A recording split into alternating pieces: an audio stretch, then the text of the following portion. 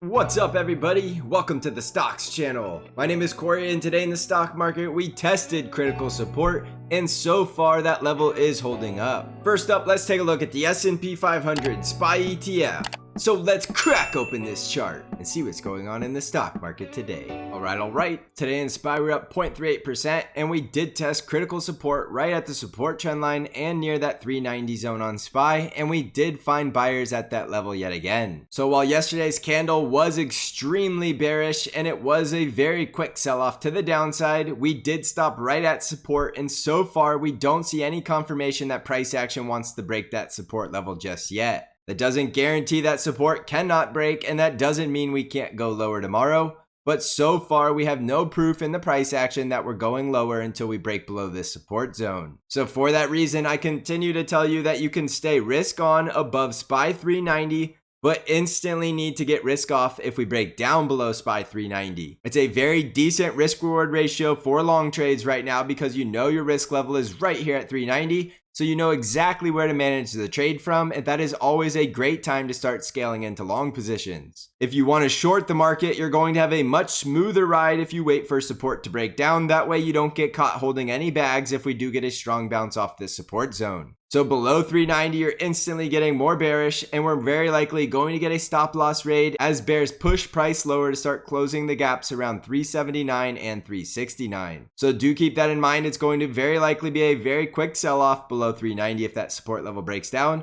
But if that support level does not break down, do not be surprised if we bounce all the way back up to the 50 daily moving average at 403 and then try to close the gap just above right around 408. In order to start building a bull trend, we'll need to build out this higher low and then come out and build another higher high, which is going to require a SPY break back over 411. So there's going to be a lot of critical levels to pay attention to in the next few days, but there's only one risk level you need to pay attention to, and that's SPY 390. And I really do think the market is just that simple right now. You can stay bullish above 390, but you need to start getting more bearish below 390. On the NASDAQ 100 triple Qs, we were up 0.79% today, and the triple Qs also passed the test at support, which was this level at 293. This level of support is your risk level, and it's synonymous with SPY 319 because if we lose 293, we're very likely going to see a very quick flush to fill the gap and go to the next support at 287. Below 287 will likely come all the way down to about 280 and possibly retest the lows at 269. So you need to get a lot more bearish and a lot more risk off if we start losing support at 293. However, if the bulls hold this support zone, we could bounce all the way back up to the resistance trend line at 300, and then we could attempt to fill the gap and test the 50 daily moving average just below 308, and then we'll have the bullish higher high if we can break above 311. So there's a very clear risk level right now at 293, and it does favor the long traders because the risk and reward is set up for the long trades, and you know exactly where to exit if that level breaks down, and yes, at this point it will be a very small loss. On the Dow Jones DIA ETF, we were up 0.11%, and the Dow Jones is still struggling around this zone around 312. And if we break down much lower, you're looking for the gap fill just below 307. And then below 307, you're looking for a retest of the lows right around 298 to 300. As you can tell, the Dow Jones is very close to testing the June lows, so you do want to get a lot more risk off if we start breaking down below this support zone because there is still a gap all the way down there at 285. The bulls need to immediately get back over 315 and then break back over the resistance trend line at 318, and then we could fill the gap and test the 50 daily moving average right around 323. On the Russell 2000 IWM ETF, we were up 0.39%.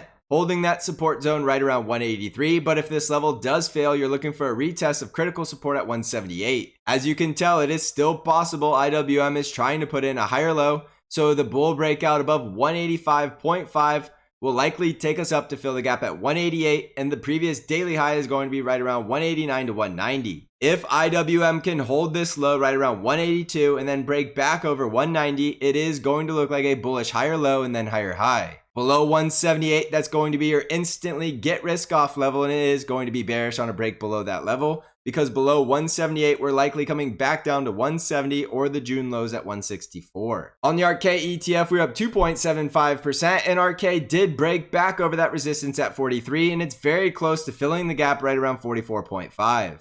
Above the gap fill, you're looking for a retest of the 50 daily moving average just below 46. And on a break above 46, you're looking for the gap fill at 47. Remember, below 47, it's still a bear market, so you will be looking for strong resistance at that level. But it is possible in the short term we are going higher to fully close the gaps to the upside before we go any lower. Also keep in mind the ARK ETF is a measure of risk on sentiment, so if we do break above 47, that will be incredibly bullish and it will be a risk on signal for the rest of the market. On the VIX, we were down 4.11% as we see the VIX starting to crush from this resistance zone right around 27, which is where the VIX was crushing in previous days. But we still do have to remain cautious while the VIX is elevated above 24 because this is elevated volatility. Now, if the VIX crushes down below 24, that is going to be a bullish indication, and then we will likely see the VIX crushing down to fill the gap at 21. While the VIX is above 24, stay cautious because it's still a volatile market. And if the VIX spikes back above the 30s, we are very likely going to see a continuation of the bear market. On Bitcoin, we're currently down 1.09%, and Bitcoin is breaking back down below the 20 simple moving average after getting rejected from this resistance right around 22,400. We need to see a higher low or at least a successful retest of 19,000. Otherwise, this was just a little bit of a bounce before the next leg lower, and the next leg lower will be down there at 17,000 on a breakdown below 19,000. If Bitcoin can break back over 21,600 and break the daily high at 22,400, that will also break the resistance trend line, and that will be a very bullish breakout.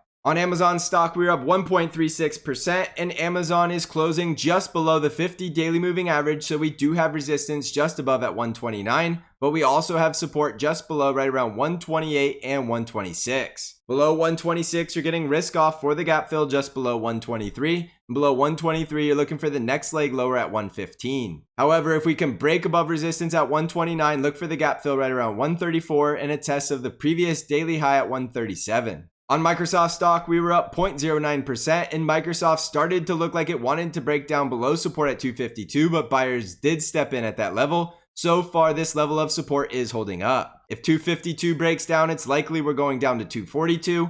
And if we can break back over about 256, it is very likely that we start trending up there to fill the gap at 265. We have strong resistance around 268 and the 50 daily moving average at 270. On Nvidia, we were down 0.2%, and Nvidia did hit the support zone right at 129, and so far we did see buyers stepping in at that level. Below 129, it is extremely risk off as we are very likely going to see much lower prices, but you can take on risk at this level if you do want to try to catch this falling knife. If we can bounce off 129, look for a retest of resistance at 134, and above 134, we'll be looking for the gap close at 141 and resistance at 145. On Tesla stock, we were up 3.59%, and Tesla had a very strong bounce today all the way back up to the resistance right there just below 305. We did find sellers and resistance at that level, but if we break above that level, you're looking for a very quick trip to the next resistance at 309.